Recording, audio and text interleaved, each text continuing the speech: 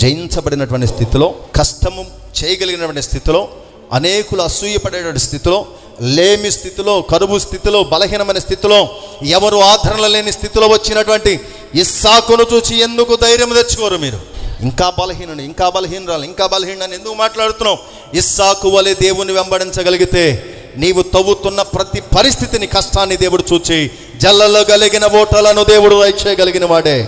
శత్రువు చూచి అసూయపడినట్లుగా వీడే నూరంతల అభివృద్ధి పొందుతూ ఉన్నాడంటే కారణం వీరి పక్షాన దేవుడు ఉన్నాడని లోకము ఎరుగునట్లుగా దేవుడు నిన్ను నిలపగలిగిన. ఆ స్థితిలో దేవుని బిడ్డలు జీవించాలే కానీ మన పరిస్థితులు ఎప్పుడు అలాగే, ఎప్పుడు అదే స్థితిలో ఉండటానికి కారణం మనలో మార్పు చెందవలసినవి, మార్పు రావాల్సినవి చాలా విషయాలు ఉన్నవని సంగతి దేవుని యొక్క వాక్యం మాట్లాడబడుతుంది.